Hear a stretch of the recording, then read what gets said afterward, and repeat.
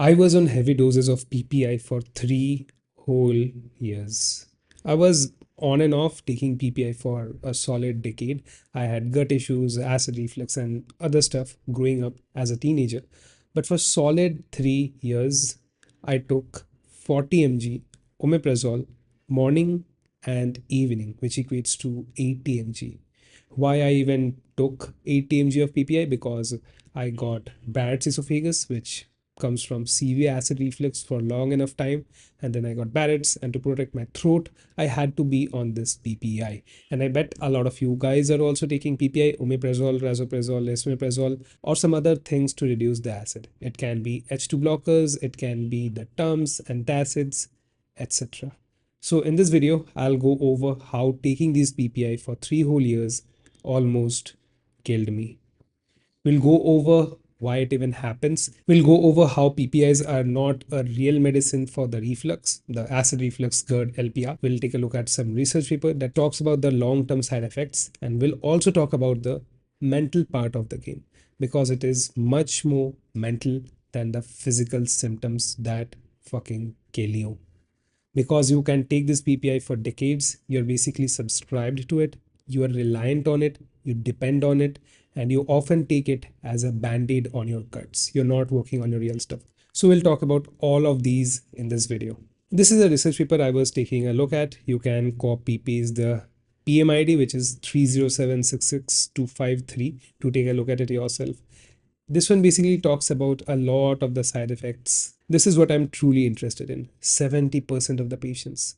And this is based on some study. I'll say it's over 70%. I see people randomly pop these things off like they're fucking candies and rely on it, take it every day for decades. For solid 3 years, I was on it every day, morning and evening.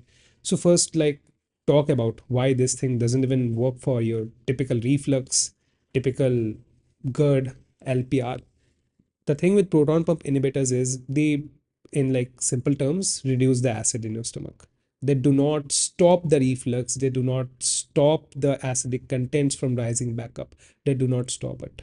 But what they do is they do reduce the acid. That is why they are so widely used. For example, if you get a stomach ulcer, this one is the first line of defense. If you get Barrett's esophagus from severe acid reflux like me, a lot of inflammation in your throat, if you get that, if you get a lot of heartburn, these are the first line of defense, which totally makes sense. But these doesn't stop the reflux. You would still reflux. And for a good chunk of people, they do not even work for the typical things, heartburn, etc. I unfortunately fell into that category. I took it 2 times a day and it didn't work. A part of it is me. I blame me for my bad habits, etc. We'll get into that.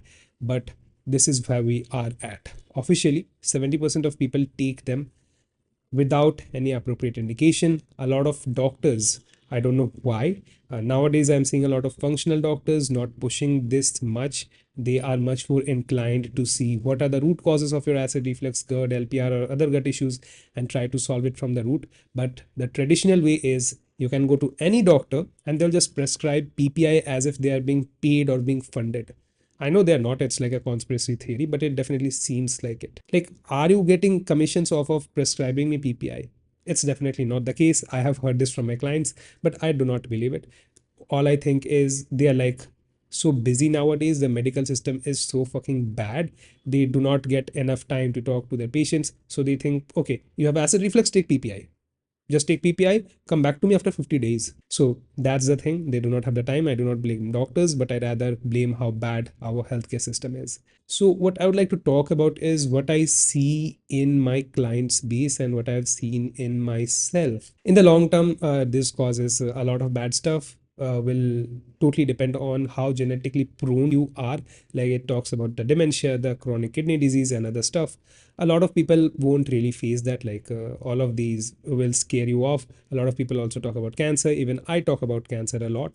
Those things are quite rare. The chances of that happening is quite rare. But we'll talk about the legitimate things that I have seen me and other people suffer. The number one thing that happens is we talk about malabsorption over here. What I faced a lot is exactly that. I didn't absorb a lot of nutrients well. For that very reason, both of my wrists were so weak. Not only wrists, my entire body was so weak, my bones were so weak. Once it fractured, it never healed until I got off of the PPI. In people like in their 60s, 70s, they will complain with a lot of inflammation in their bone. Which so if you want to know how that exactly happens, the decrease in acidity leads to calcium malabsorption and other stuff. So I didn't face it like full blown, but my fracture didn't heal. So I started to believe that this is something that happened to me. I was taking calcium, the vitamin D, the vitamin K2, and still my wrist did not improve until I got off of it. Apart from that research paper, what's most neglected is what I'm also working with some of greatest researchers are will be the mental reliance of it. All of these studies won't hit until a long time. These are still under development, but what I see is they do a lot of mental side effects. Number one will be reliance. If you're taking a PPI for a long period of time, you will be reliant on it like it's a part of your routine.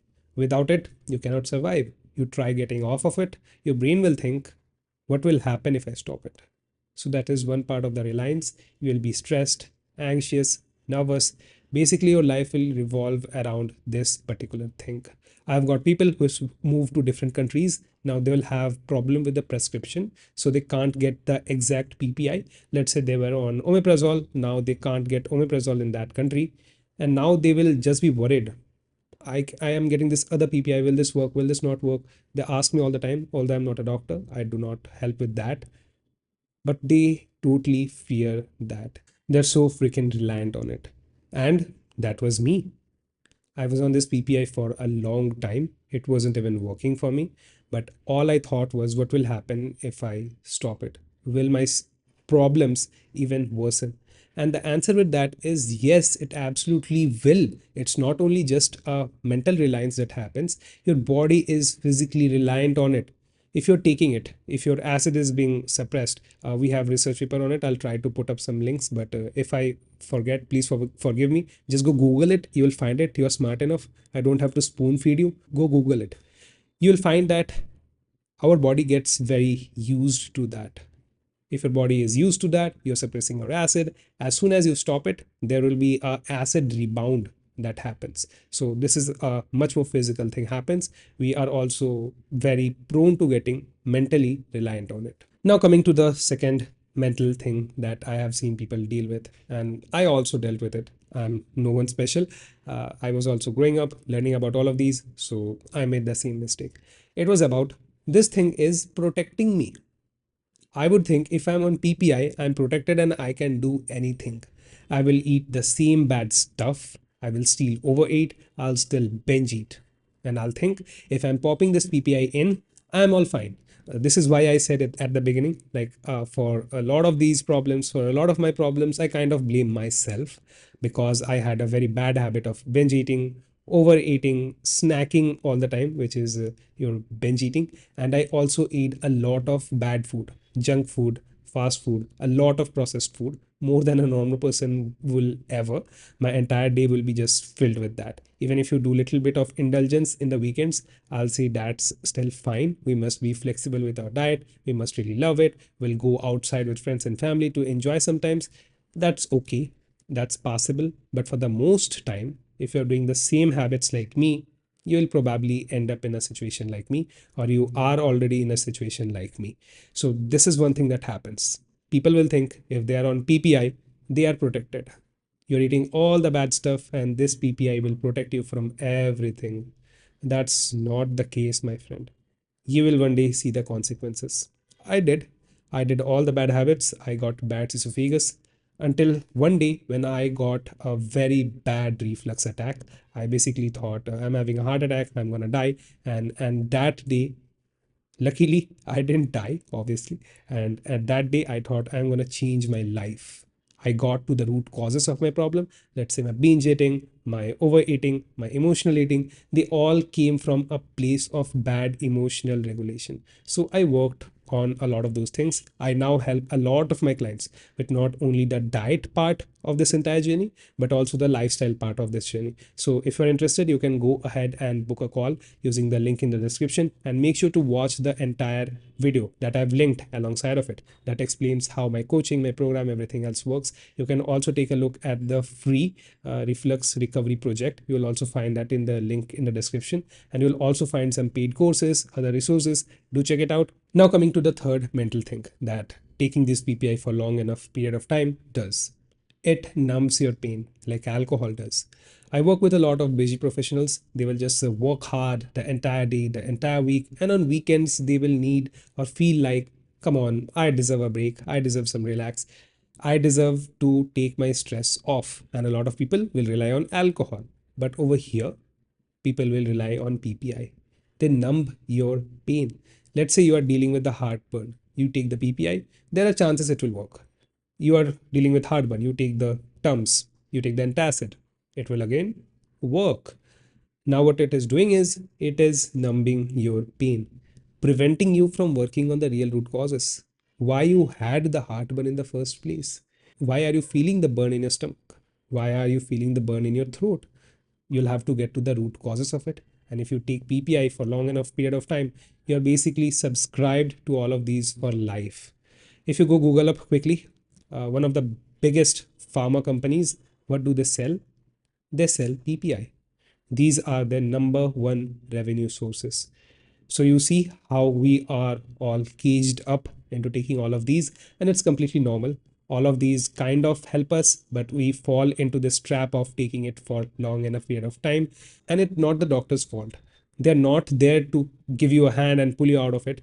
They are out there to do what they can best for a lot of people within a short period of time. So they go with the PPI route. You need to help out yourself. I have a better strategy to help with these acid reflux, the GERD, the LPR, and other gut issues. I have made a full video on that. If you want to check it out, go check it out over here. And if you want to hop on a quick call with me to see if I can help you out with your gut issues, feel free to do that. You'll find the link in the description. Other paid and free resources will also be there. So go check it out. Watch this video next and see you there.